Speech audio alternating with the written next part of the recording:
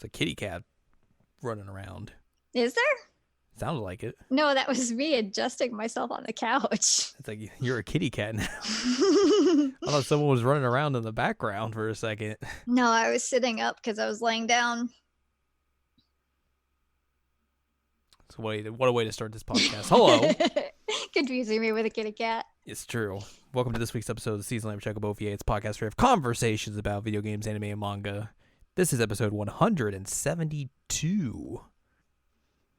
I'm Jared, joined as always by Doc, Al, and Ladium. Hello. We're going to talk about some stuff today. We are. Because what else have you been doing lately? Probably not much. Yeah, probably not. So we're going to talk about stuff that we've been doing. And you can listen to it while you're also doing other stuff. Yay! That's how podcasts work. It is. We've been playing through some stuff recently. Mm-hmm. We're gonna talk about some of it today, and we'll talk about some of it next week. You know, just do some things. You've been diving deep into the Trails in the Sky stuff over the past month or so. Yeah. Probably multiple months now. So you're gonna talk about the second game in the series. Yeah, second chapter. And also the third. And the third. Which you had a heck of a time getting all set up. Yo! God, that sucked. But I did it. You did do it. So proud You of managed to myself. do it. I'm going to talk about that Animal Crossing. Animal Crossing. And That game Butts came out. Island. Came out last Friday. Or Butt Island. Butt Island, please get it right. There's Sorry. an umlaut over the U, so to get through censorship. Oh my god. It did just come out though. Yes. Man, people are saying that, like, this might be one of the best-selling Switch games of all time already. Do you think that, like, the COVID virus is affecting that? I think that helped, but also there was a lot of hype going into this game. There was a lot of hype, regardless. yes. So, and also, I've already been seeing the people who are like, I don't get this game. What's the appeal? After getting it, it's like, yep, knew this was coming. Yeah, this was not made for you, buddy. Yeah. Honestly, here's how you should describe Animal Crossing to people. It's a mobile game. Yeah. Because that's basically the trappings of an Animal Crossing game. It's what a lot of mobile games have become. It's a game you go into for a little bit, and then you get blocked by some stuff, and then you're like, okay, well, put this down, come back later maybe, or I'll come back tomorrow and play some more. That's the Animal Crossing loop. But like I think with this one they've added a lot more stuff to make it so like you're not going in for like 15 minutes and be like, oh, I can't do anything else. I shaked all my trees and sold all my stuff. Now what? So like the biggest thing they added in this one is that there's crafting. Okay. Which they've shown off in all of the trailers and everything. So like you can smack trees for wood, different kinds of wood. You can just find a bunch of stuff just in the environment to use as crafting supplies. And that means also like your tools have degradation. So your tools are no longer just like infinite use like they were in the old games. You are constantly making new tools. Even like if you have like the better kinds of tools, they will still run out and break and everything. So you have to go make new tools and all that sort of stuff. I don't love that mechanic. Mostly because like, obviously you know me, like I'm not a big fan of like weapon usability and degradation and all that sort of stuff. Right. But I feel like if they didn't have that in this, like just the entire gameplay would be broken in a way. Because like why would you have all this crafting stuff and then have all your tools be infinite? Wouldn't make a whole lot of sense. But it is, it is what it is. But like a lot of this is like you can craft a bunch of just like you can craft your tools, everything. You can craft basically like a ton of furniture. So like people will come up and be like, hey, I learned about this. You want to learn it too? And you're like, heck yeah, give me your recipe card. And then you learn it and you're like, oh, I can make this. I don't know. I can make a refrigerator now. Put it in my house. So that's the big key loop in the game now. You get a phone. Like a cell phone? A cell phone. It's a Nook phone. Oh my god. Tom Nook's in the cellular business now. Oh my god. So that holds a lot of like different usability as well. So like that's how you access like the camera for photo mode. That's also, this is how you like you redeem like your Nook miles, which is like a new form of currency that you can do for like basically doing things on the island. Like, oh, you planted fruit trees, you get a stamp, you get miles for it. And it's just like a bunch of like, little mini quests like that you get to do here and there. And then you can redeem those for like specific things that you can buy at this little terminal. So like you could buy new recipes, you could buy like hairstyles, and then there's some like bonus furniture and stuff like that you can buy as well. Also, this is how you buy like a ticket to like a specific island you can go to, which basically would like give you an opportunity to like go get new materials and stuff that may not be on your island. Which is fun. That does give you the option though of running into perhaps the most terrifying thing in this game, which is Tarantula Island. Ew. An island full of tarantulas. That's awful. That is awful, but apparently they sell for like a lot of money if you catch them. Yeah, but like that's like one of your biggest fears ever. And they'll come at you. They have no fear, and they'll beat you up. It's terrifying. So yeah, that's a thing you can do. But yeah, it's Animal Crossing. If you kind of know, if you played Animal Crossing, you know what to expect. You're shaking fruit, you're turning in fossils, turning in bugs and fish to the museum. You're fishing a lot. You're hitting trees. You're catching bugs, talking to your neighbors, making your house look all fancy, or how fancy as you want it, paying off your loans, all that sort of stuff. It feels a lot easier in this game compared to the other ones, the last one I played was the 3DS one, and that was a long time ago. But it feels a lot easier in this one to like kind of like go hang out with friends and stuff, which is it's a fun little thing. Obviously, like that's an easy way for you to be like, oh, I need this kind of fruit. Who out there that I know has this fruit? Oh, I'm gonna go there. They're gonna give me this fruit, and I'm gonna go put it in the ground. I threw it on the ground. But it's also the way that they set this up is like it makes it a lot easier for like the early game, to where like if you get this game a lot later than like other people do, you could go to like one of your friends' island, and let's say you're just starting out, they can give you like recipes for like some of the later items that you would eventually acquire like a few days later. So like you could get the pole vault early, you could get the ladder early, compared to like how the game kind of gates you from getting those to like the second and third day.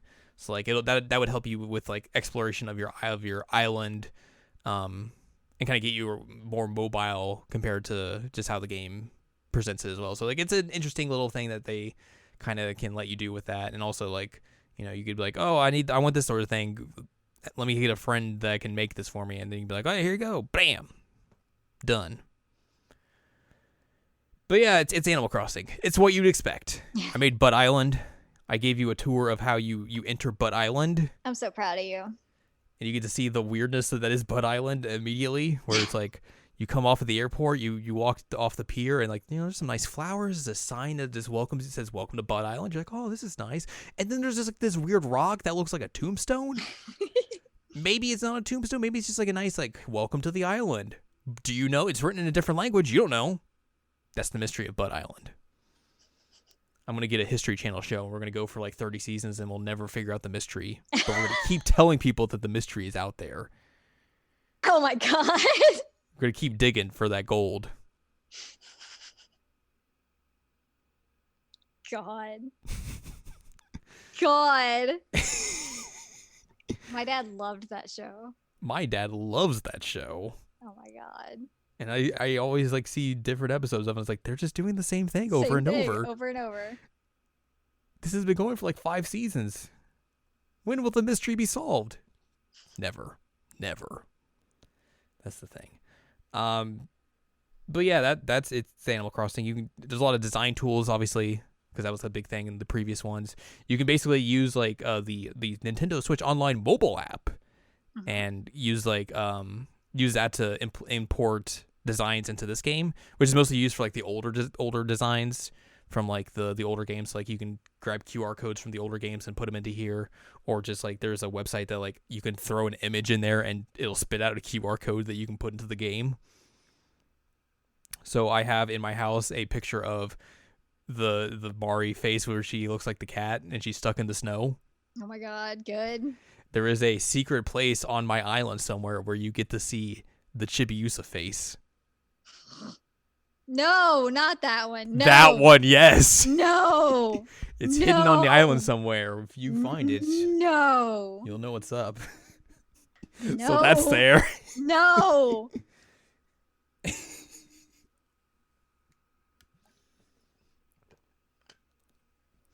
Also, I took time over the weekend to make a cool jacket and hat.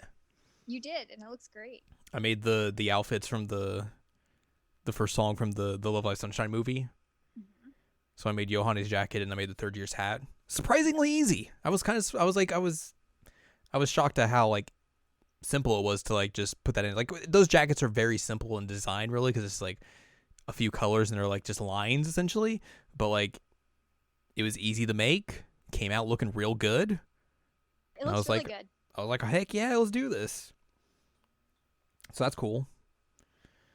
And you know, people have been making a bunch of other fun, neat stuff that you can put out into the world in there. You can also like, there's a thing I just unlocked today where like you can customize your phone. You get like a customized phone case for it. Oh, so that's cool. So all that sort of stuff.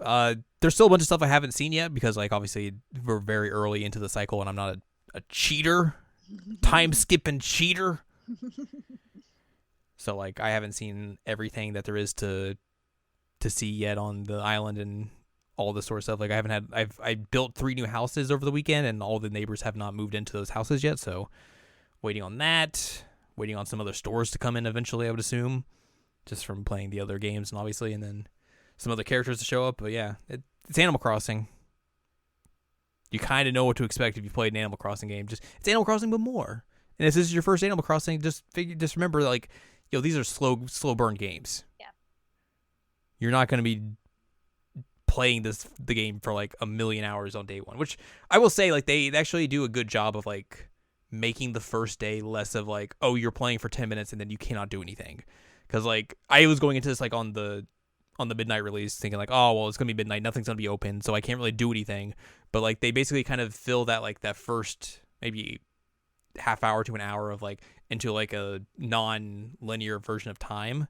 So like it exists outside of like what the time is normally for you to like get you set up on the island and everything. And like, oh, well, we're going to get the new people on your island to get their houses all set up, get your house set up, get like that sort of stuff go up and going. And then like once you get all that done, then like it's like, oh, well, now you get to go in real time and everything. So like it does a good job, I think, of getting you started up initially as well, which I was pleasantly surprised by. That's good. But yeah, it's Animal Crossing. Tom Nook, he's out there. He's in a nice Hawaiian shirt. He is just taking it easy. He's just enjoying himself. Meanwhile, I was telling, I forget, was I telling you? But basically, like, I became that meme. Put that mic closer to your mouth. The mic didn't move at all. There you go. You sounded far away. Oh, okay. I was saying that basically, like, the meme about Animal Crossing and Doom, that like I was the one who went and got Doom. Yep. So like that was definitely a thing. Mm-hmm. We'll talk about Doom here very shortly, but we will. Not today. Not today. No Doom for you today. I mean, there's a lot of Doom elsewhere, but no kidding. Al, yes, you have been knee deep, neck deep in some Japanese RPGs. I have been. It's been great. Tell me about the JRPG life. Oh, what is out there on the streets? I mean, is this really on the streets? It's been out a while. The streets are filled with Final Fantasy VII. Oh God, I don't remember actually when this originally came out. When did second chapter I can look come it up. out? Thank you. Please do that. I'm thinking it was like somewhere around like 2006, 2008, something like that. Initial release date in Japan on the personal computer, March 9th, 2006. Wow. And then the PSP version came out a year later in 2007, and then didn't come out in English until 2015. Okay. So I'm not that far behind, but I'm pretty far behind. So I played the the first chapter, we've already talked about it. I think we talked about it on episode 166, if you need to hear about first chapter. I was about to say, we looked that up, and then I completely do not remember what episode it was. And second chapter picks up legitimately right where first chapter ends. So essentially, it's similar to how like Trails of Cold Steel 2 is. Yes, it is exactly the same thing. Not like the story wise, but it is just like, all right, we're right here. Right. And again, spoilers. This is gonna be super spoiled.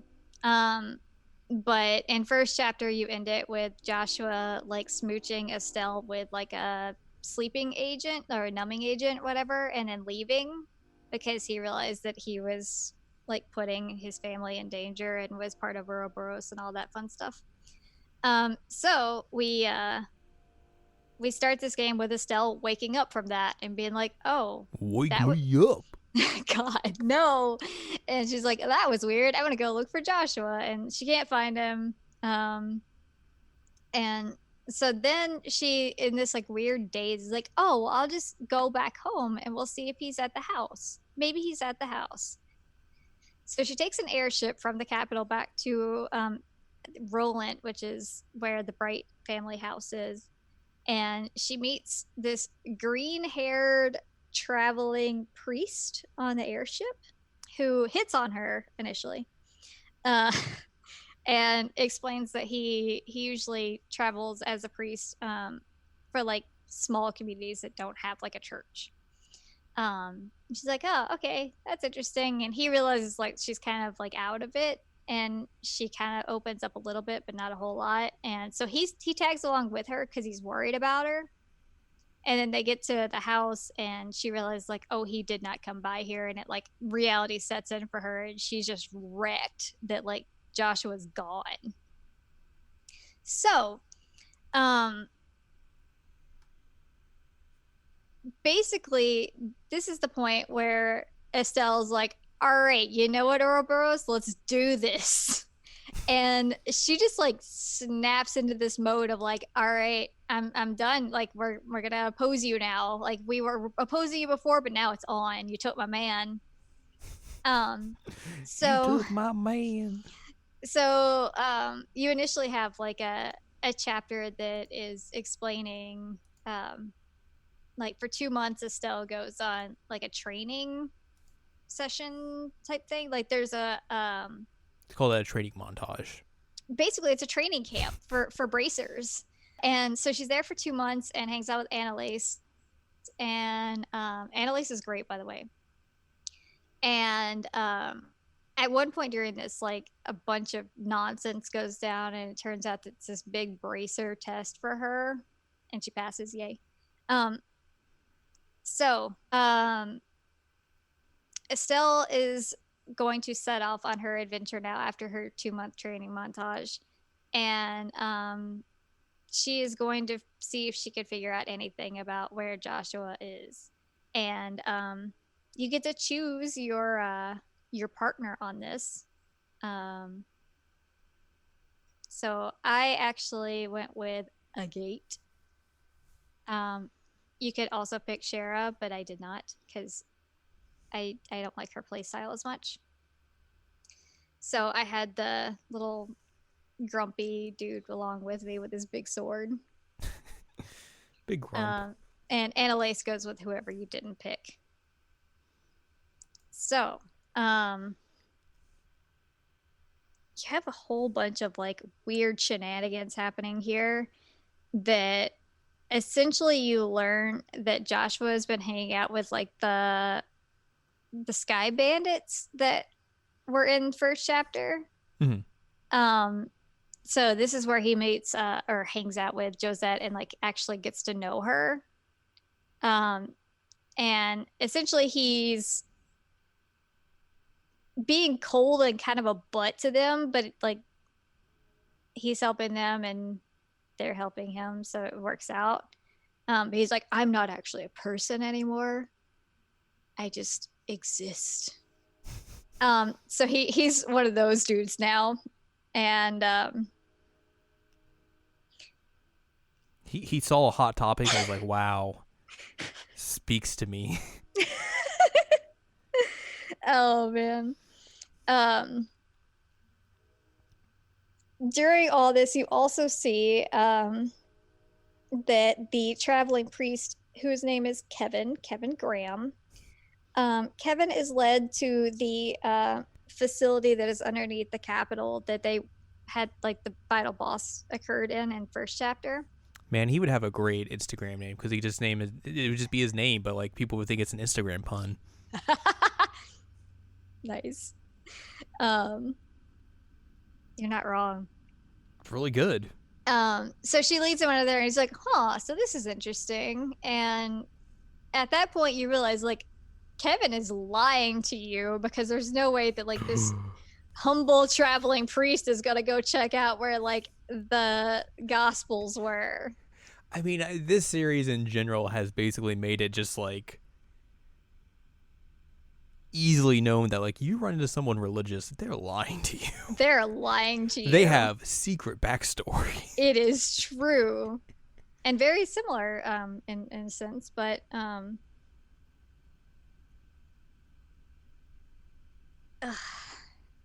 it's a whole thing. We find out more about him in the third. Actually, you find out more about him at the very, very end of this game, but you get more of it in the third because he's I can't help but think anytime you say the third of the wrestling anime that came out a few years ago, because one of the characters, they literally just referred to him as the third. Really? So that's all I'm just thinking of whenever oh my you God. say the third. Are you serious? Yes. 100%. Oh wow. Wow. What if we got you to watch the wrestling anime? Please no. Please don't do this to me. Why not? Jared, do you appreciate me as a person? Yes. One of the girls from Love Live's in it. Which one? Umi's voice actress. Which she married a wrestler, so that makes sense. Yeah, exactly. That's how they met, probably. Probably. God. They brought her in to do commentary a few times for the anime special matches they did. Really? Mm-hmm. They had her during one of the January 4th Tokyo Dome shows. She announced the actual wrestler version of the anime character to the ring. Oh my God. As she was dressed up as her character from the show. Anyway. Al's gonna watch wrestling. No. It will take a lot of convincing to get me to do that. It would be fun. Anyways, go ahead. Sorry. So anyway, our friend Agate and did they ever say his name in this game or in these games? No. Okay. I just call him Agate because it's funny. No, I know. I just didn't know if like they said it in these games or not as well. No, the only voice acting is during battles. Yeah. And like they don't yell names during battles. I'm Agate. I mean, they do have like closing lines, but again, like if you win the battle closing with them, lines. Fight me. So they hear that there is trouble in this town called Ruin. Big trouble in Little Ruin. Ruan. That there is an election for a new mayor. Because we had the mayor arrested in first chapter. Nice. Yep. And there is a lot of chaos. We meet up with Chloe again, who we have recently learned is the crown princess of the country. So that's the thing. Or she's debating whether she wants to accept that role. Do I want to do this? Yeah. So we hang out with her and we go into the town and there's just like chaos. Both groups like are fighting on the bridge in town. And how do you think this resolves itself? Very peacefully. Actually, yes, it does. See, I knew. Because as they're all arguing on the bridge and a fight is about to come out, you hear this music start playing. God. And a man just floats in on a tiny boat while playing his lute. and is basically talking about beauty and love and how people shouldn't fight. And everybody's like, all right, we're going home. Goodbye. So Olivier is back, and he is. You can't get rid of him. You can't. You cannot. Actually, you can get rid of him, but in this instance, no, you cannot. He's just like, all right, hello, and decides that he's gonna join up against your wishes. You also, for one, see Kevin again. He is actually teaching Sunday school at one point. You also meet this girl from Crossbell named Ren. And Ren's Is like, she a cat? She's not. Oh.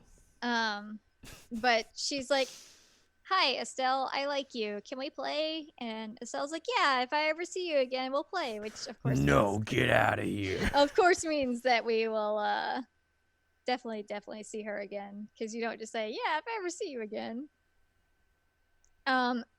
So the main like plot of this section though is that people around the city keep seeing a ghost, and it dances. No, it's a gate. Nice. So they're able to like go and talk to everybody and figure out like what the ghost looks like, and eventually they pinpoint like, all right, this would be the epicenter of where they're seeing these ghosts. We're gonna go check it out, and it's Chloe's school, and none other than our Phantom Thief Enforcer X10, Blue Blanc, is our ghost. And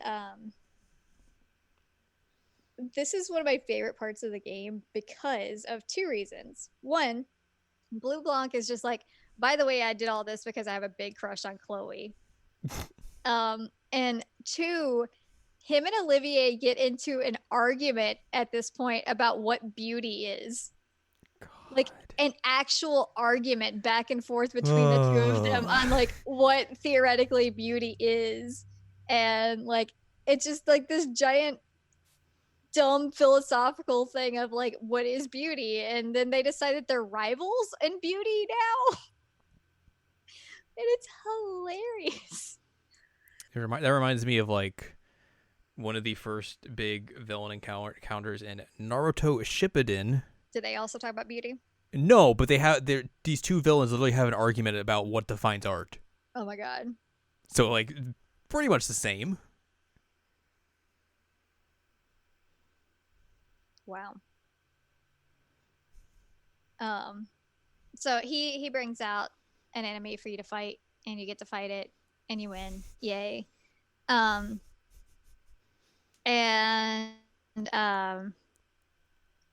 we find out that like, oh hey, this was a part of the experiment that we're trying to do as Ouroboros. Interesting. And so then we find out that there are all kinds of weird earthquakes that are happening in Zeiss, which is where Tito lives. And there is a man with sunglasses. And that's his defining feature, is that he has sunglasses, and nobody knows what sunglasses are. What are those spectacles on your face? They don't know, and they're like, what are those? And so there is this whole thing about like Professor Russell thinks that somebody is manipulating the septium veins underneath like the earth. And so he's like, hey, that's kind of weird. Can we do something? No, we can't. Game over. God. You have to go talk to your dad at the fortress because he's trying to help against Ouroboros. And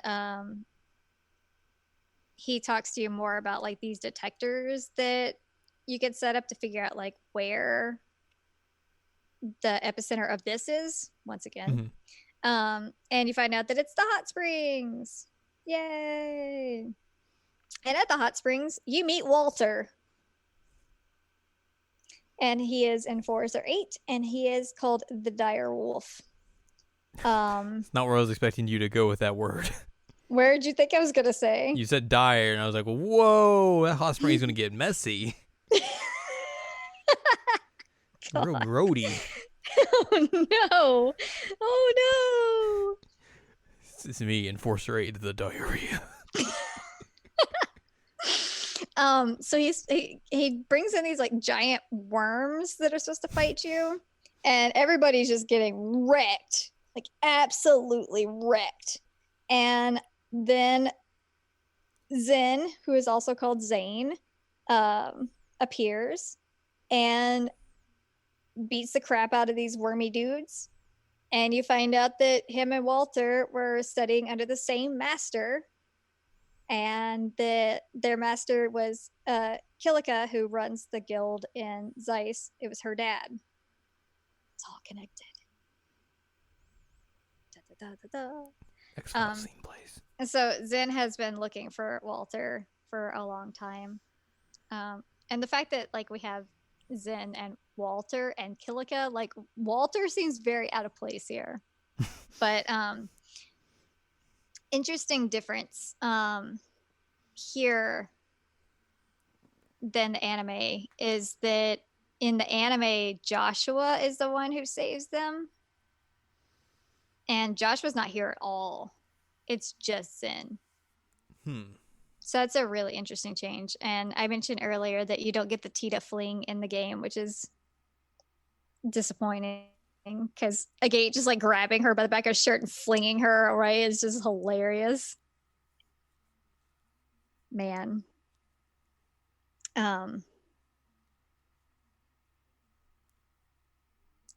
So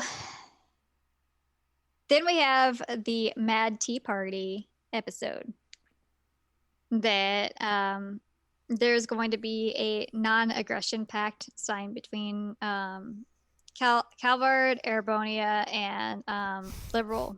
What? That's gonna go well. Oh yeah, totally gonna go well. They're also bringing the engines of the new airship to the capital. Also gonna go well. Totally gonna go well. We also see at one point that this gal who was working with Colonel Richard in the first game, Kanone is her name. She just like resurfaces out of nowhere and is like, Richard was innocent and I believe in his plan. I'm going to break him out. It's like, okay, hello. Hello, internet conspiracy theorist. Basically.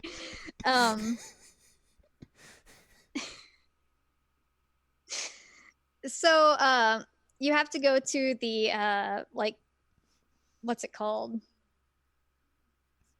Basically like the royal villa there, to try, I think it's where the signing's supposed to happen.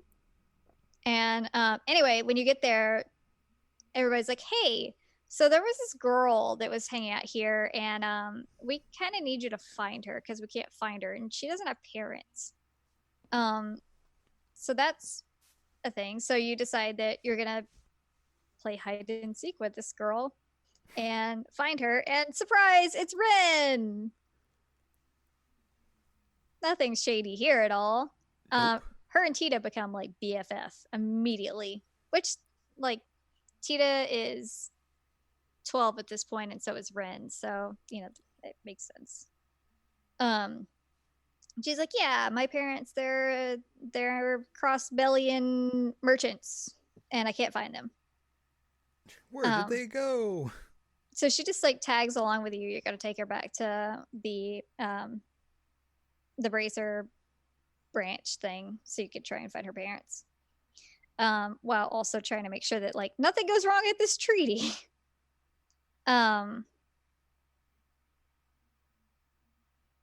Let's see what happens then. Oh, then this part was irritating. You take her back, and then at one point she just like walks out while you're in the middle of a conversation, and you have to nerds. you have to find her again, which is annoying. And Ren tells you that a boy with dark hair and amber eyes gave her a letter to give to Estelle. What? Was Amber the color of his energy? Get out.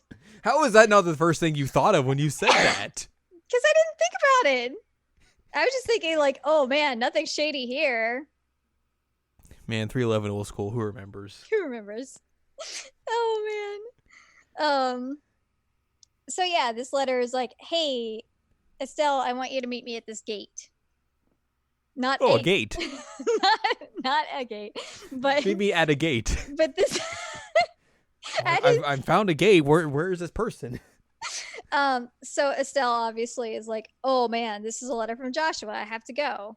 Reinschwarzer. It is Reinschwarzer. Doesn't he have purple eyes? I'm pretty sure he has purple eyes. It's joke. It's joke. So Estelle runs off to the gate and is determined she's going to find Joshua, who she says sent the note. It's in his handwriting. She's ready to see him again. It was on this My Chemical Romance stationery. Oh my god. So she gets there and she finds Kevin. And she's like, hey, did you see a dark-haired dude around here? And he's like, oh, the boyfriend you were telling me about? No, I didn't see him, but like I got a letter saying to meet here, and so I'm here. And then they get attacked by some of the archaisms.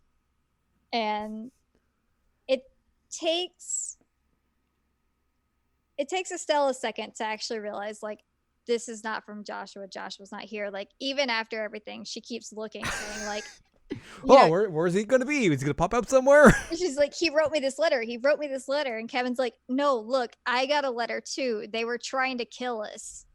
Come on, get it together. And one thing that I will say in this is that seeing Estelle's character development throughout this is really fantastic, because Estelle goes from like kind of a bratty, impulsive girl who relies entirely on Joshua to really do things, really comes onto her own. And this is like the one part where she really falters. Like she gets to be quite sassy, which is great. But she's able to make decisions and able to like figure out what she should be doing without Joshua for the first time, which is really, really cool. Her development is fantastic. Anyway, that said, the engines are missing, by the way. I'm shocked. Yeah. So you end up at the docks of the Capitol, and Kanone is there, and she has stolen the engines and put them into a tank and is attacking you with a tank. I duct tape these engines to this tank. I was going to see what happens. The issue is that the tank also has one of the gospels in it that causes like the orbital shutdown effect. So no one can really fight back against this tank, which is not great. So several people die that are, nameless soldiers. And then Kevin is there and like, all right, I'm going to do something. It's kind of reckless. It's either going to work or we're all going to die. Horrible deaths. YOLO. Basically, like that's legitimately what he says to you is like, it's either going to work or we're all going to die horrible deaths. And I was like, oh, okay. And then he just runs off and like jumps on the tank and then hits it with this like artifact rod that was in the first game. I'm just imagining him jumping on the tank and trying to punch it. Well, when he hits the artifact against the tank, like it shuts down that horrible effect. So you're able to actually fight back against it. So she surrenders. She has the Duke, which I forgot to mention. She stole the Duke. Stole a Duke. And it's like a jewel. And Estelle's like, oh, Duke, where is Ren? Because like Ren is supposed to be here too. Where is she? He's like, nobody else was taken with me. It was just me. I don't know what you're talking about. And then there is a girl standing on the roof. It is Rin. How'd she get And up there? she introduces herself. She is Enforcer 15, the Angel of Slaughter. That's a mouthful. She has a scythe, and she is excited that everybody participated in her tea party and she had fun. She also reveals that her parents were never actually real, that she was just controlling them. That's like little fake dolls. She also destroys them with said scythe. And then she calls in her big mech. Yeah. Which I think it's pronounced Potter Mater. It's essentially like it's Harry Potter. Potter Mater. It's a set of mediocre books. You don't need to read them. I think it translates to like father mother. And she says like this is my true parents. Like these are my true parents. And then like my parents are a mech. And then she just like zooms away. She jumps on the mech and then they fly away. So that's a thing. And then Kevin is like, so guys, you saw me do that raid, didn't you? I guess I should probably explain that, huh? And they're like, yeah, you probably should explain that. Gotta go later. He's like, yeah, so I'm actually a squire in the Gralsritter, which is like the big church knight thing that is kind of a big secret. So he is actually a squire, and his role is to find these artifacts and prevent people from using them improperly. So that was why he had that artifact that he has since destroyed, and it's like, oh god, I'm gonna get in so much trouble for not bringing that back. It was like this when I found it. I don't know what to tell you. And so he's been trying to like thwart Ouroboros because they were trying to find the big artifact from the last game.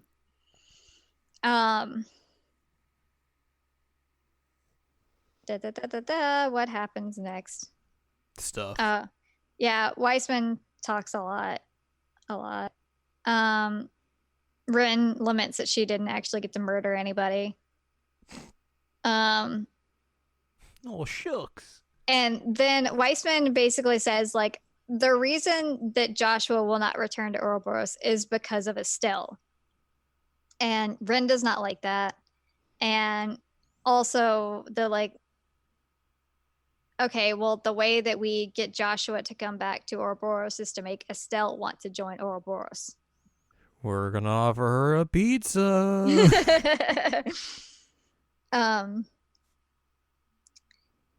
So as the Estelle's team is like getting ready to leave, Dorothy, who is a photographer for the Liberal News,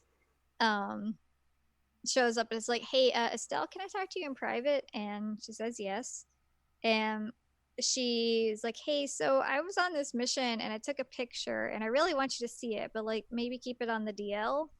And so she gives her this picture, and it's the Bobcat, which is the ship for the Sky Bandits, and Joshua is on the ship.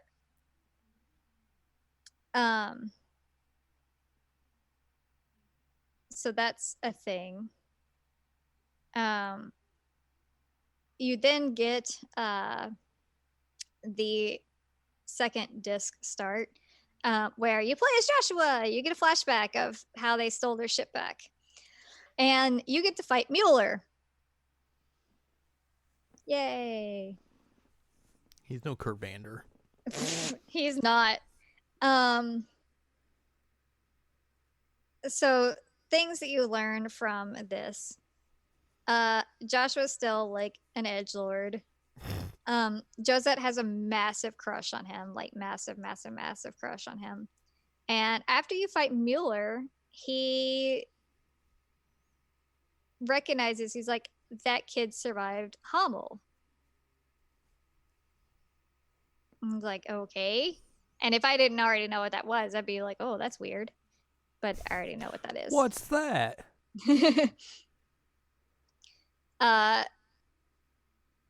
So we're back to Rolent now because we had to emergency land in Rolent. There is a lot of fog. Roland.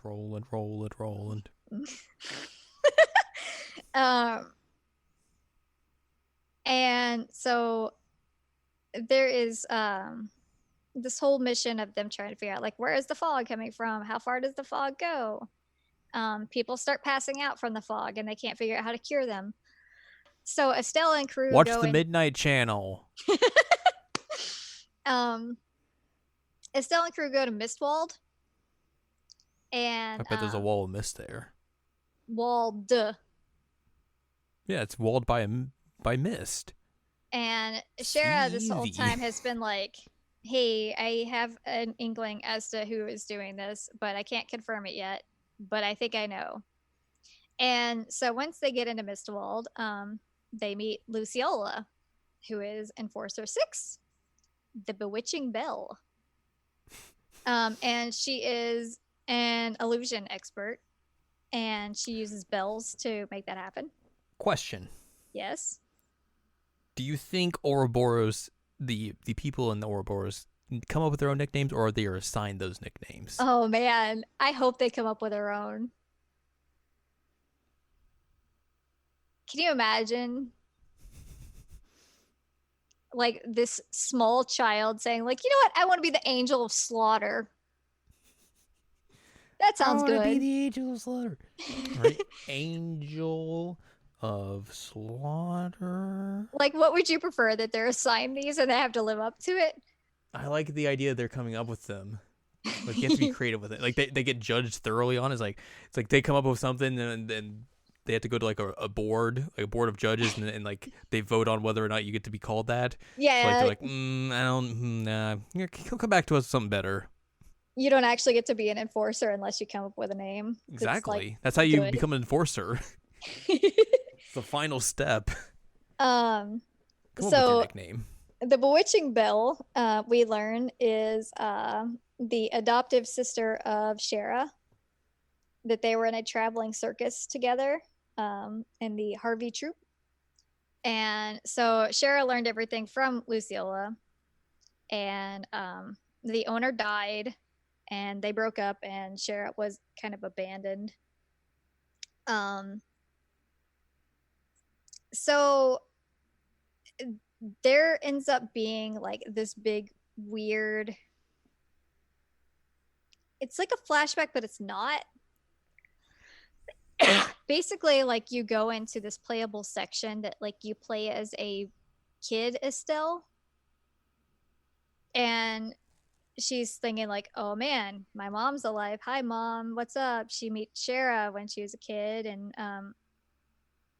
you know, you keep going through like everyday life, and then eventually she finds a harmonica and starts playing it, and she eventually figures out, like, oh, I can play the song that Joshua always plays, and that breaks her out of it. It's Piano Man. No, he's a harmonica. There's harmonica in that song. Oh my god.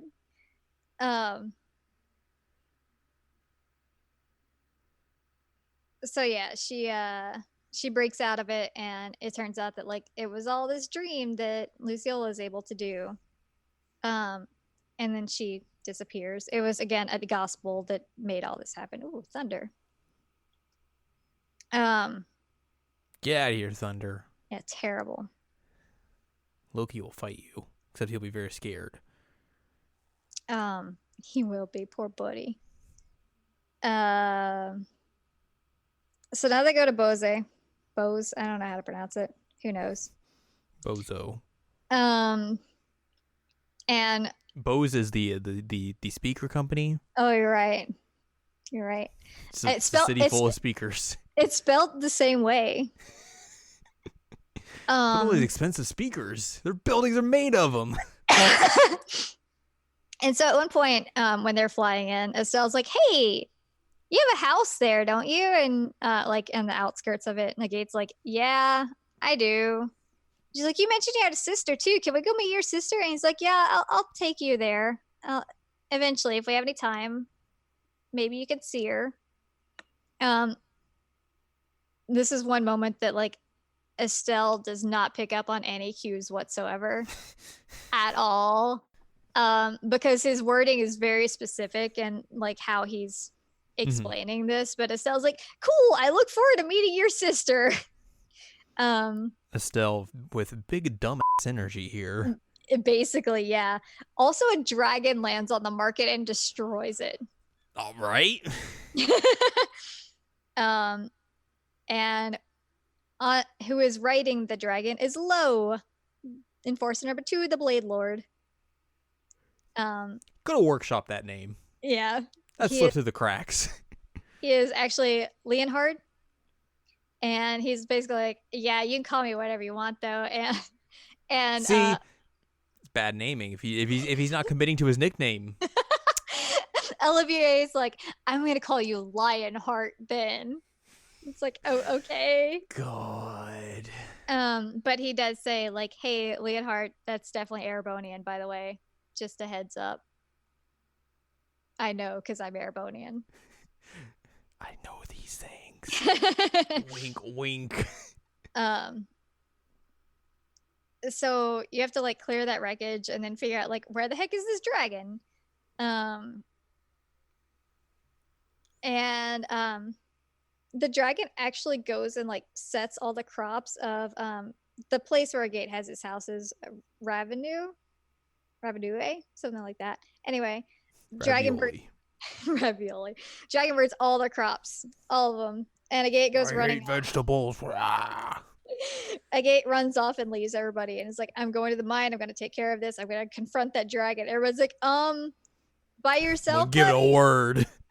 So he goes off by himself, and when they get to the town, the elder is like, oh yeah, Gate, like his sister died 10 years ago. and What? and the 100 Days War thing. And he's like, yeah, by the way, that tombstone up there, that's hers. Like, Agate has a house, it's right there, but like he doesn't stay in it. um Who could have seen this coming? who could have seen it? Not Estelle. Definitely not Estelle. So eventually they get to the mine, and Lo has just like beaten the absolute out of Agate. Like, he is messed up. He broke that giant sword that he has. Like, it's crazy. And he's just like, all right, well, I guess I die now. Um, Rip me. but Tita, being Tita, like gets between Agate and like the dragon and Lo, and was like, nope, you have to kill me to kill him. You won't do it. I'm a kid. You won't do it. Nope. Um, basically. And she's like, he protects me, I have to protect him, period. And so Lo is like, yeah, I don't want to have to hurt this kid. I don't do kids. I hope not. Not that way. And then the military arrives, and Lo's like, all right, cool, I'm leaving with this dragon, goodbye, I don't need the military. Need my dragon power out. So Tita and Agate go to Agate's house, and she ends up like taking care of his injuries. And we learned like he wasn't there when Erebonia attacked, and so he blames himself because what happened with Misha is that Misha, being his little sister, Misha was working on this necklace for him. She actually tells him like, I'm gonna make you an accessory, and he's like, is this really something I can wear? Is this something I can pull off? Like, accessories kind of seem weird. And so she realizes like, oh no, the necklace is back at the house. I have to go get it. Runs off without Agate, and like Agate doesn't follow her, and the house just gets destroyed. She dies. So that's how she died. So, they come up with this like elaborate plan with the military of like, we're gonna use airships and we're gonna shoot down the dragon and we're gonna trap it. Agate and Tita do not make it because they are having their bonding moment and learning each other's backstories and all that jazz. And so eventually this plan does not work, basically. Shocked. The dragon like wakes up and is like, yo, now I'm mad, flies off. And then Agate and Tita show up, and Agate's like, yeah, hey, I have a new sword. Like, the professor gave me this sword that can break gospels. That's pretty cool, right? So we find the dragon in the lair in the mountains, and we defeat him. And Agate like has to hit the gospel on his forehead to free him. And it turns out he's like this massively old dragon who has been like watching over the continent for ages, and is like, yeah, there's only other one person who's helped me, and thanks for helping me this time. And he gives them money in order to like repair everything that he broke. He also says the Professor Weissman was one controlling him. So he just like goes away. Although he does say like Estelle, he says something to Estelle that basically implies like the last person that he ever talked to was Cassius Bright, her dad, when he was learning the way of the sword. While you were off adventuring, I was learning the blade. We get a cute scene with Agate and Tita going to pay their respects to Misha, bring flowers. And then General Morgan shows up and is like, I'm also here to bring flowers. Hello. And then Lo shows up and they're like, do we have to fight you right now? Because we really don't want to have to fight you. We're kind of in the middle of something. He's like, no, I'm just here bringing flowers too.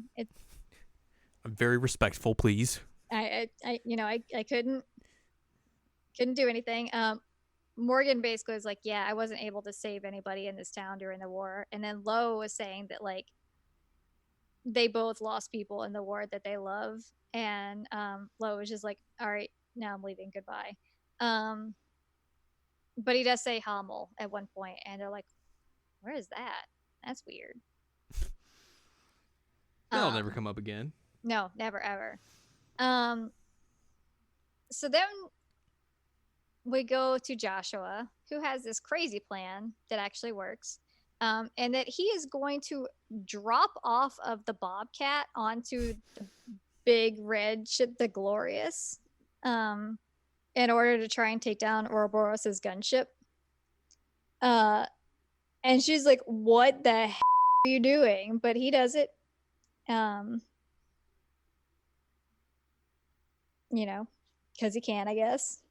As you do. Yeah. So, the rest of the group, while this is happening, they're taking a break because everything's great. And they're at the lake with Kevin. And Kurt appears, which Kurt's one of the racer dudes, and is like completely messed up, like super, super messed up. He comes floating in on a boat and basically is like, hey, so I found out where the Ouroboros base is here. And the rest of my dudes are all captured. Please go save them. So they go and infiltrate the base. And they're able to find like all the bracer people and free them. Kevin does this like really painful technique to undo the brainwashing. And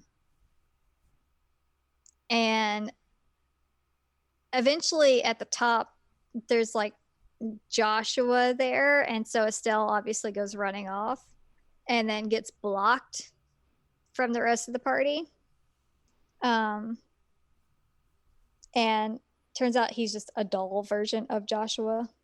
Got him. But Weissman from Ouroboros takes off with Estelle. So Estelle is now on the Glorious, the big red ship. And Ren shows up and is like, hey, welcome to Ouroboros' base. Welcome. Hope you have a good time here. Drinks are on the left. Yeah. She takes Estelle to the sanctuary to talk to Weissman, who is playing a pipe organ. Good.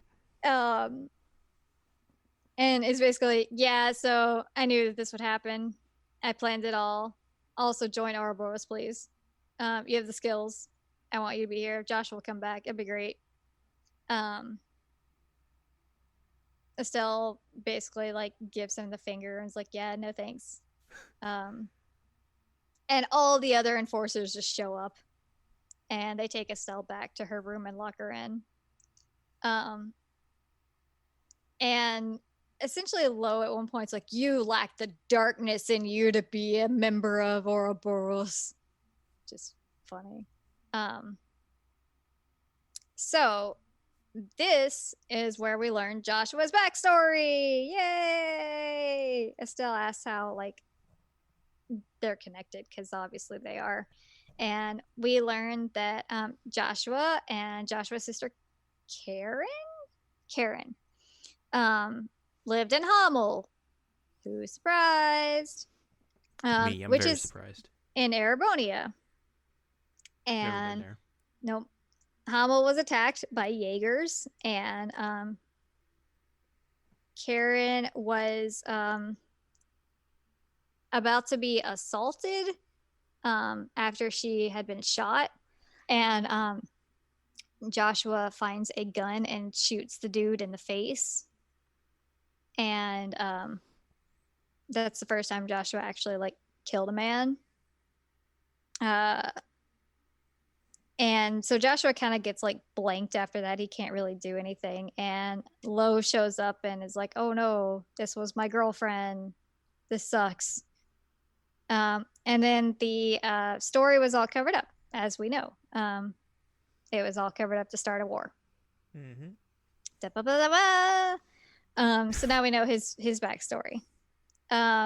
Estelle actually does like one of the most genius things I think I've ever seen in a game to break out. Like, usually you have like really ridiculous ways that people break out of being confined in some way, but like this is probably one of the peak ones that I've seen. Estelle's like, "All right, I gotta figure this out. I'm gonna figure out what to do." So she breaks the window of this airship and climbs out and is holding on to it. And then, like, when the guards outside come in from hearing the glass shatter, and they're like, "Oh my God, how'd she get out? She jumped. She had to have jumped. Like, no one can survive that. She's not alive." And then she just like jumps in and kicks them, is like, "Goodbye." It was great. So then you have to go through the Glorious, and like eventually you get to the deck of it because she gets lost, and you have to fight this like complete joke of a character named Gilbert. But in the middle of this fight, Joshua appears. If you remember, he was on the ship. He was trying to blow up the ship. So there are some options that Lo gives when they're found, and Joshua basically says like, "Yeah, no, I don't like any of your options. By the way, I set explosives on the ship."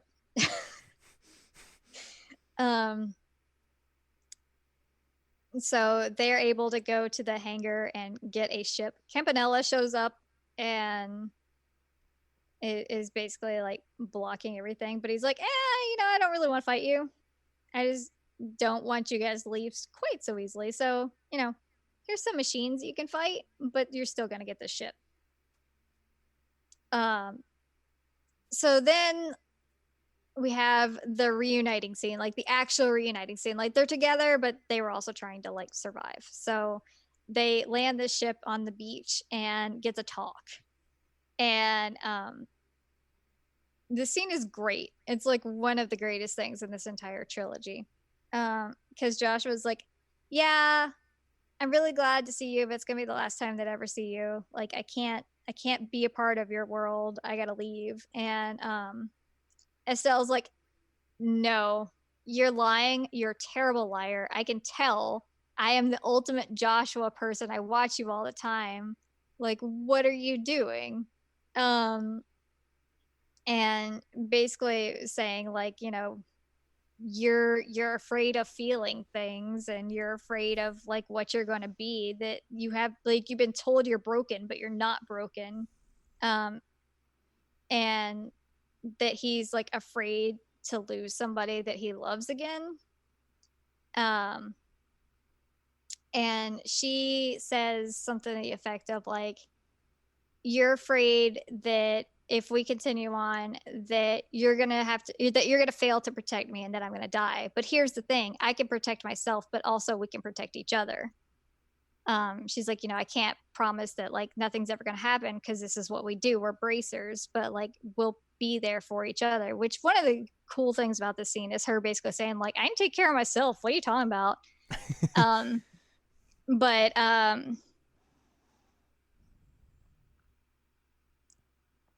Joshua just like starts crying a lot, which is also great. And Estelle just hugs him from behind, and And they suplexes him. yes, and he decides that he will stay. Um, Josette shows up at one point. It was like,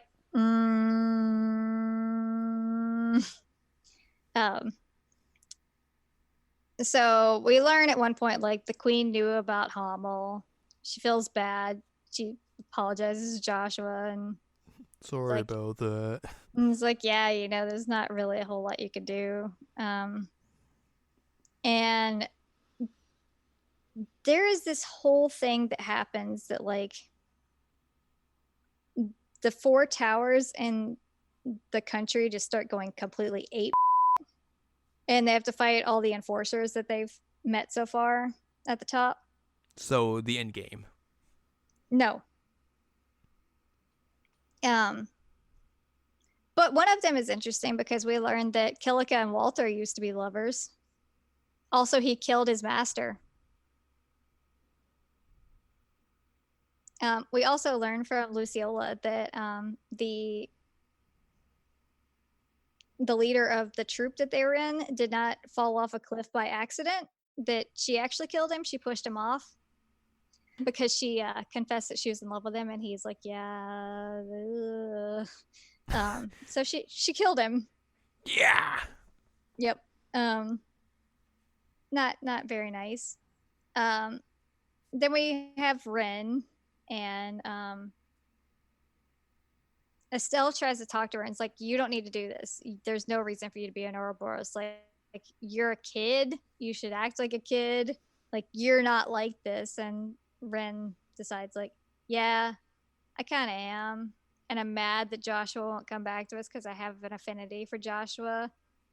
So I'm going to fight you. I'm really going to hate you, Estelle. Also, here's my robot, my mech.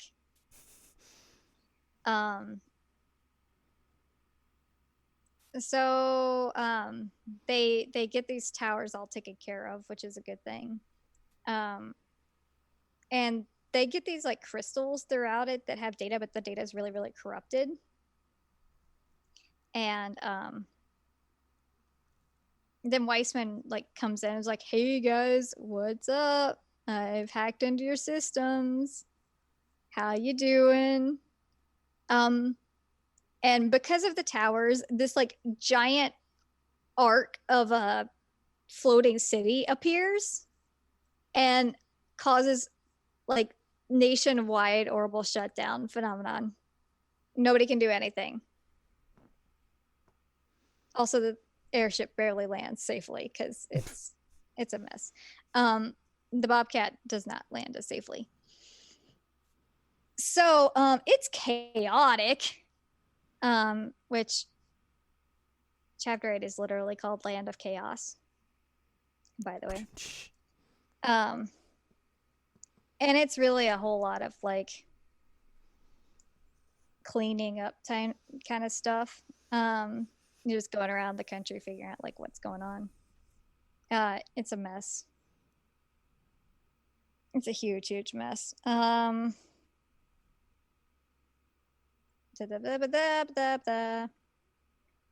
trying to remember what happens here. Stuff. Yeah, basically. Oh, they decided they're going to storm the castle, basically. Ouroboros is. And they kill a bunch of people, as you do. I find out that like this one dude who's been protecting the Duke, who is completely useless, was like the former commander of the Royal Guard and is also a bad. So that's neat. And so you're going through the castle. I don't actually remember this part very well, which is interesting. But I do know that Richard shows up and is like, hey, I still love my country. I'm sorry that I started a coup. That was really not cool. But My also bad guys. I'm gonna protect the queen. So he and Kanone like counterattack against Ouroboros, which is great. Then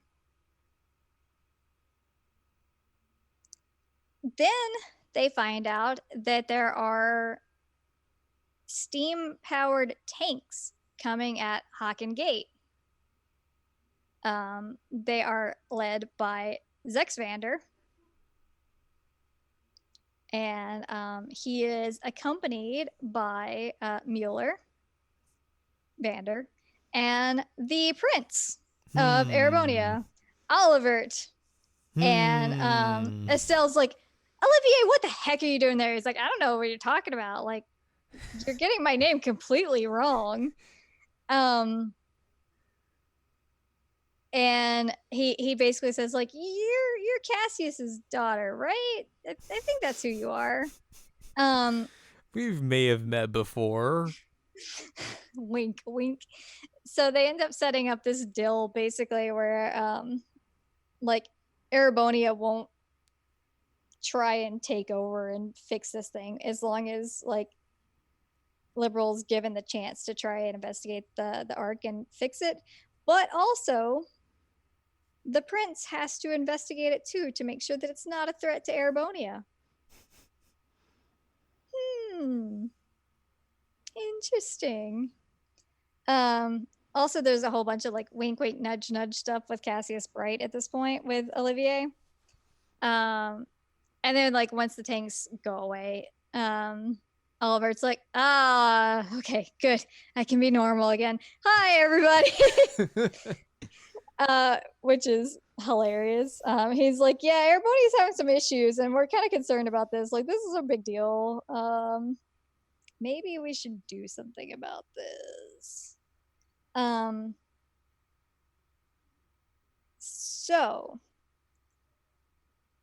I forget how they actually made everything working. The professor ends up making like a small thing that goes in the ship that is able to nullify the like orbital shutdown phenomenon so they can use the ship. So they fly it up to the floating city and they're gonna take it down.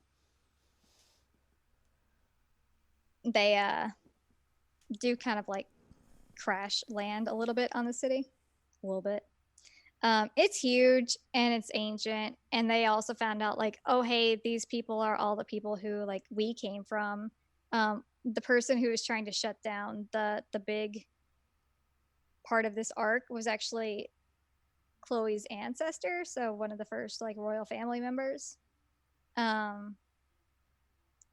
So you go through all this nonsense. There's a whole lot of crap that happens. You have to always defeat an enforcer, as you do. And we also learn at one point that like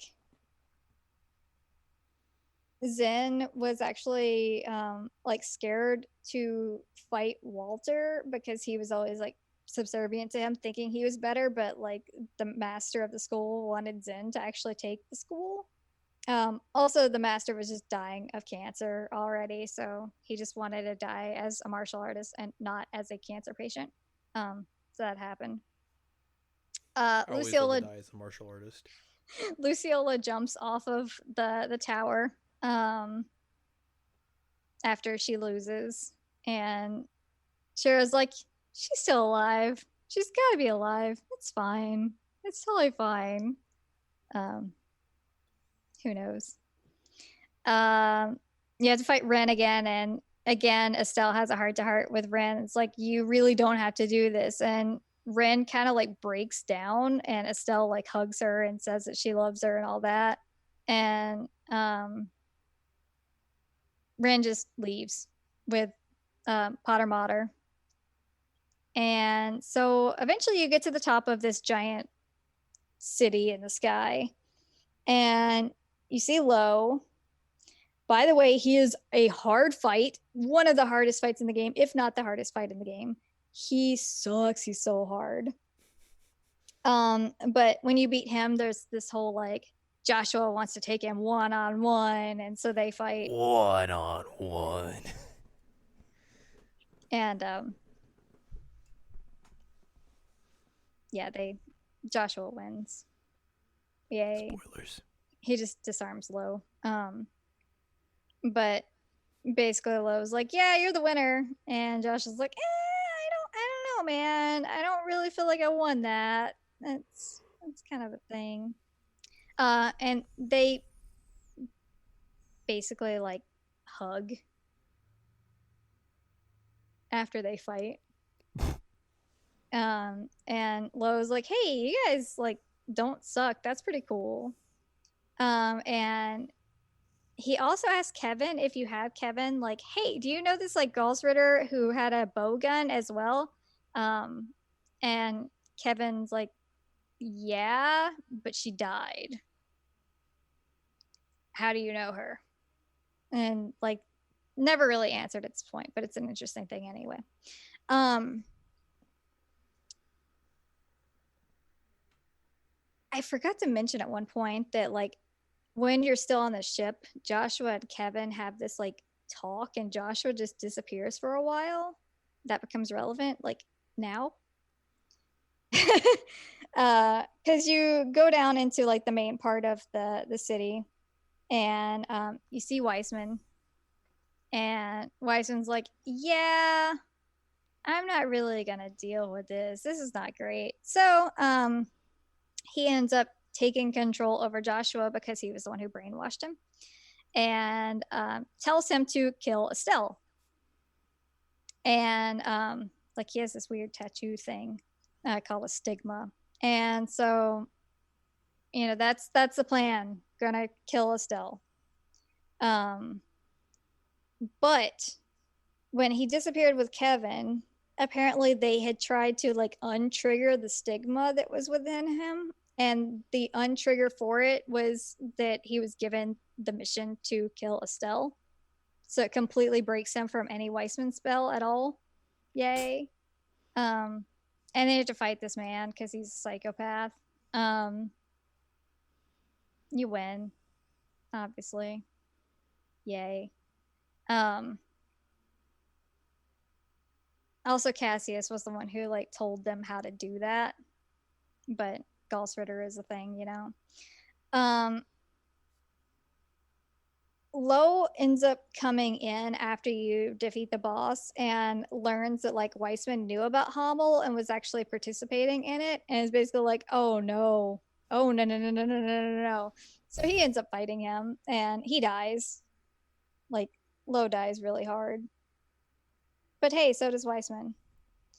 Because after everybody's like running off, you get this scene with Weissman, and Campanella shows up and is like, hey, you know, that didn't go very well. We lost Lo. He's like one of our number one fighters.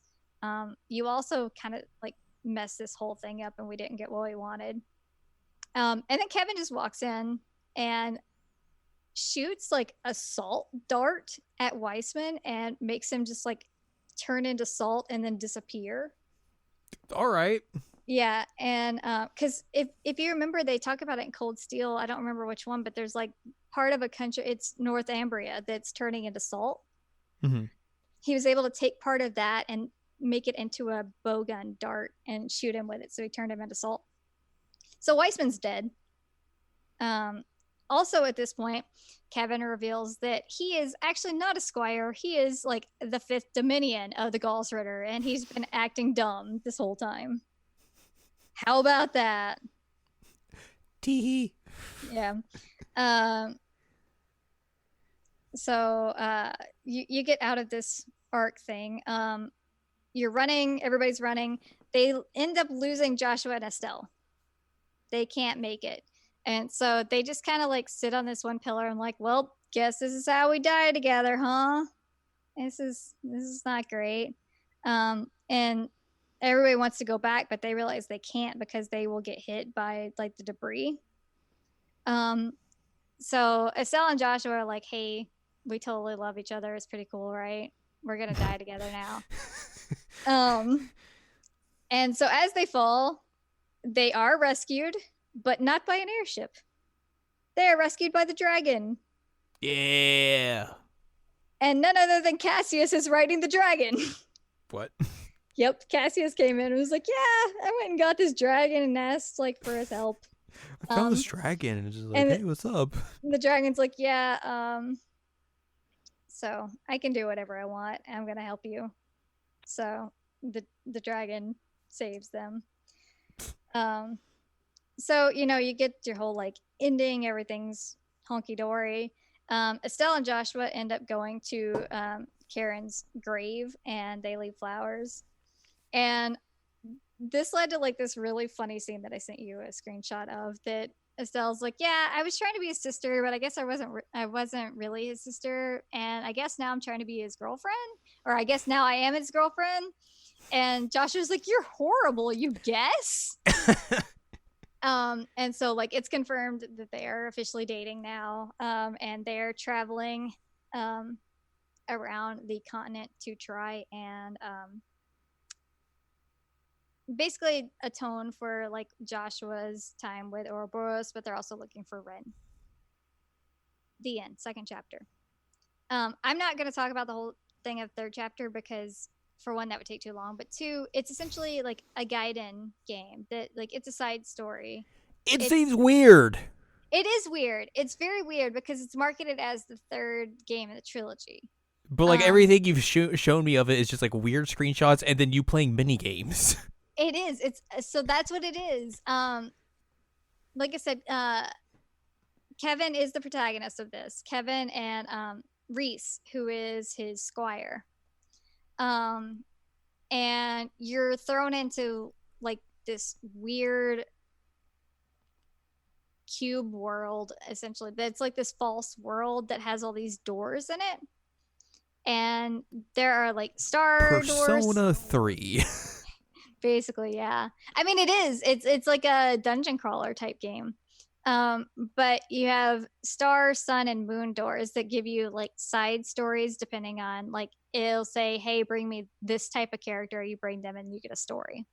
So it's basically lore the video game because you get a ton of backstories for not only the characters that you've been working with, but also just like things in general. Find out who Blue Blanc was. That's kind of cool.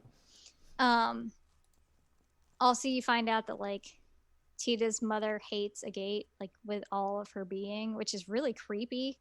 Um, but the main story of this is Kevin's.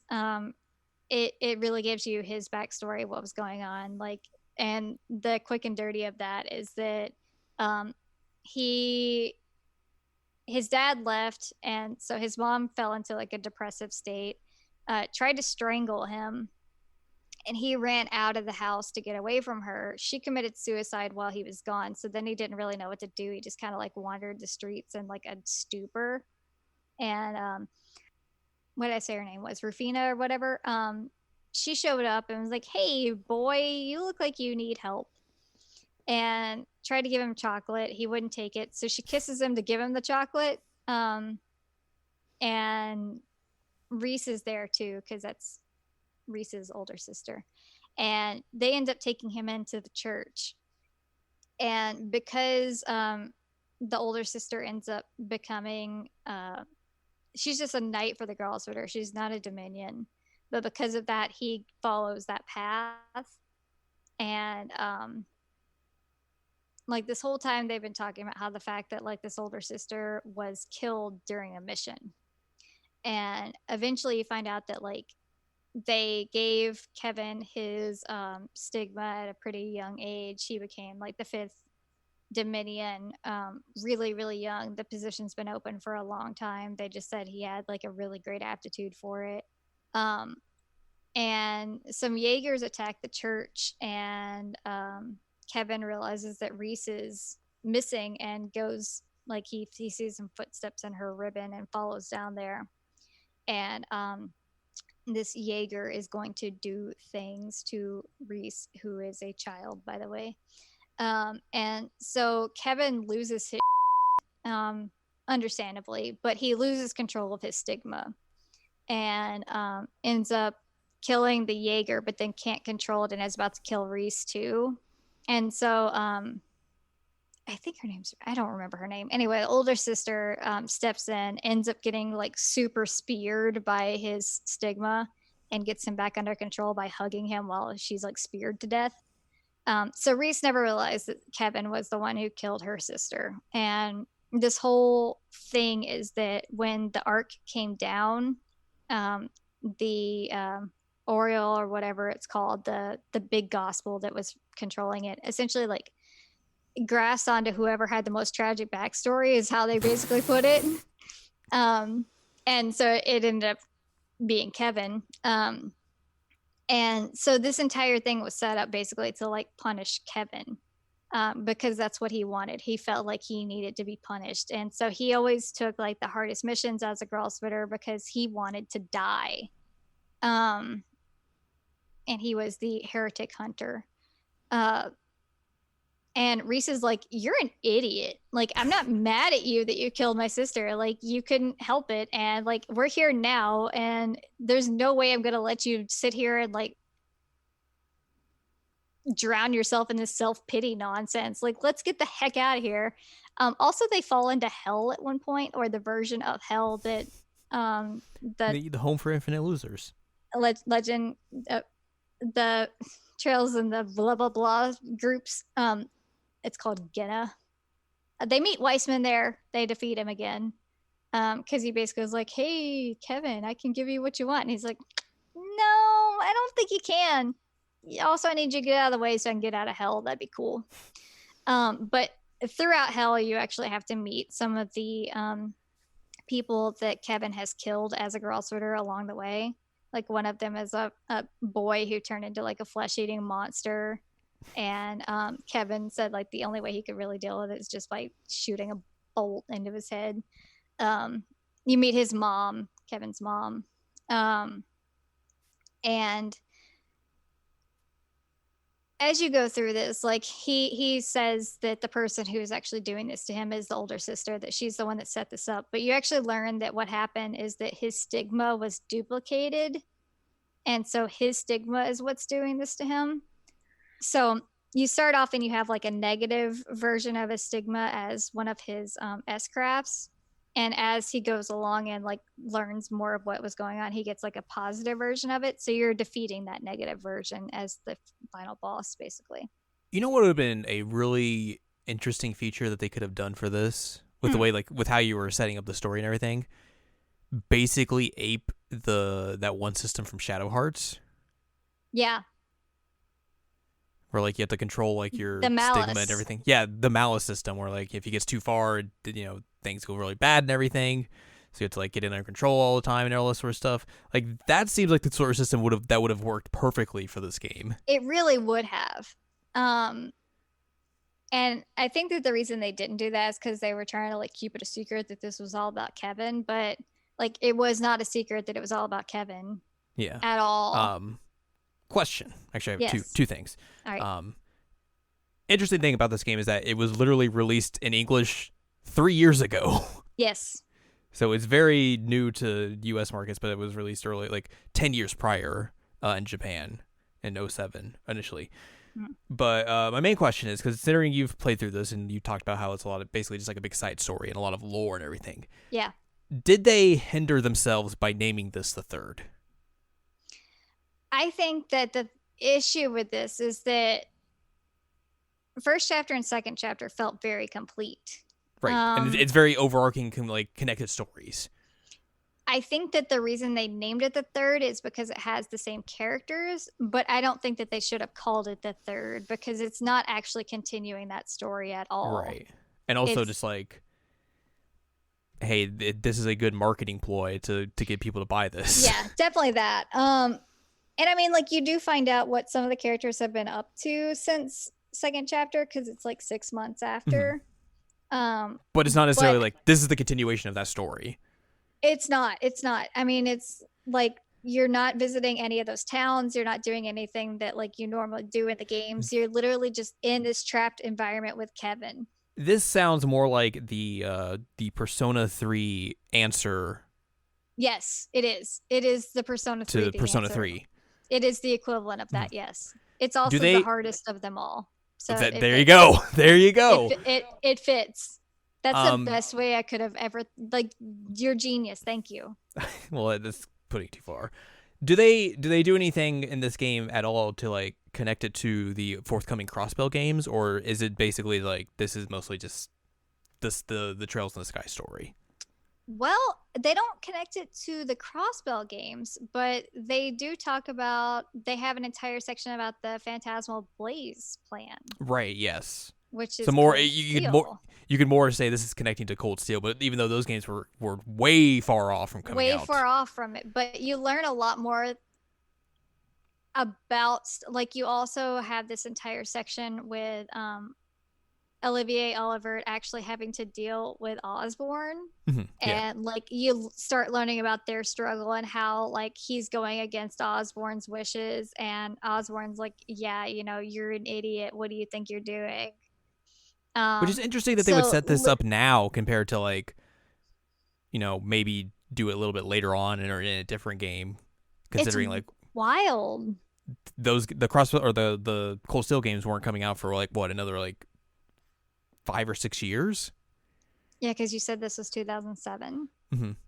I don't remember when the first Cold Steel came out, but I can see real quick. Cold Steel 1 comes out in 2013. wow. So another 6 years. Yeah. But it sets up more of those than anything else. Like there might be some hints to Crossbell in there. I don't know. Because I obviously have not played those games. Right.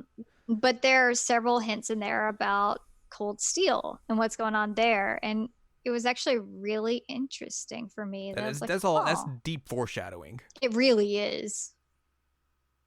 It's really deep foreshadowing. And there's like this entire subsection that's just Mueller and Olivier just discussing like how to go against their government.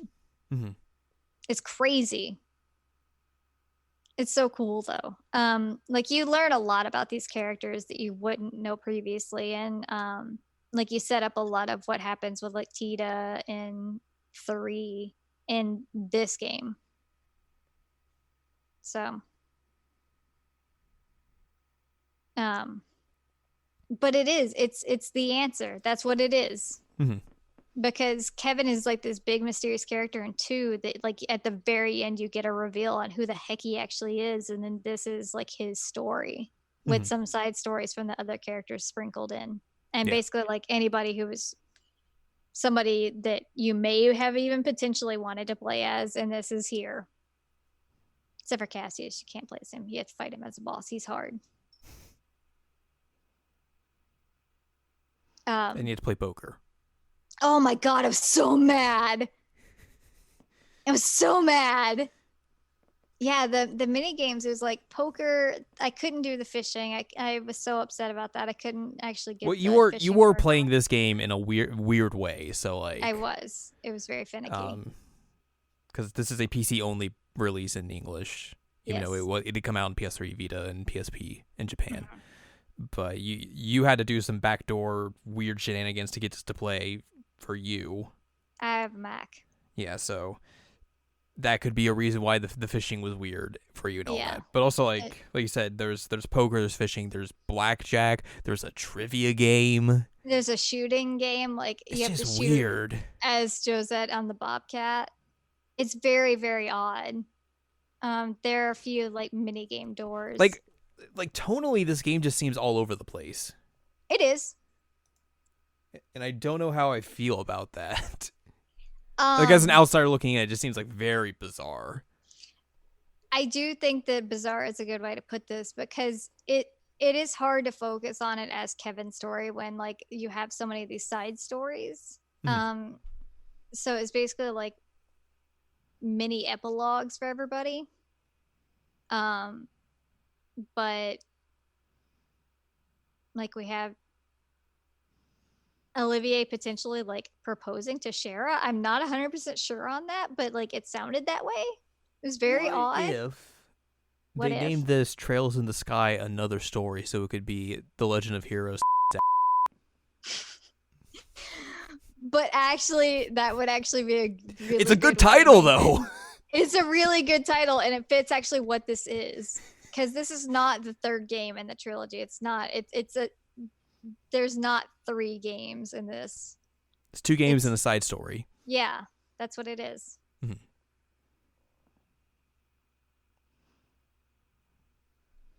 Man. That said, I ended up liking Kevin way more than I thought that I would. It makes a whole lot of sense why people like very much like recommend that if you like Trails of Cold Steel, you need to go play Trails in the Sky, especially with the way this game is. Yeah. In particular, of how much it sets up for those games later on. Mm-hmm. So it's interesting. I really liked this trilogy, or 2 games and a side story. This duology and the side story.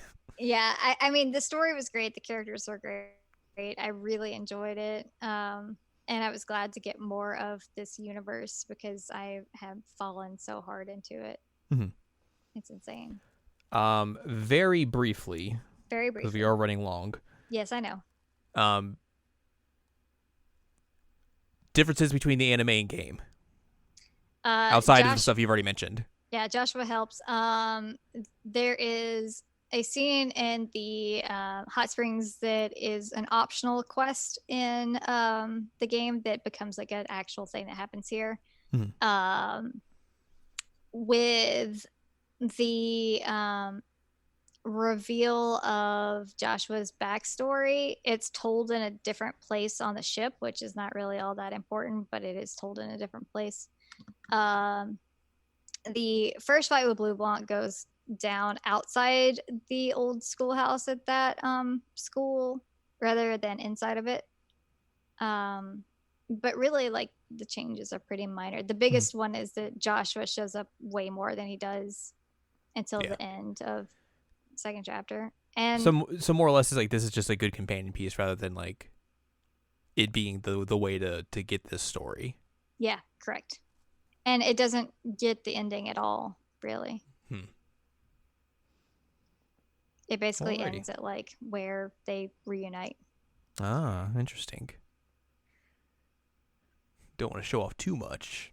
Which one thing that is cute that I will end with is when they do reunite, Estelle's like, so by the way, Buster, you owe me a kiss because that was my first kiss and you stole it by drugging me and that was not cool. So you better pay up, buddy. And I was like, okay, that's an interesting way to ask him to kiss you, but they do. They kiss. It's cute. But she's just like, all right, Buster.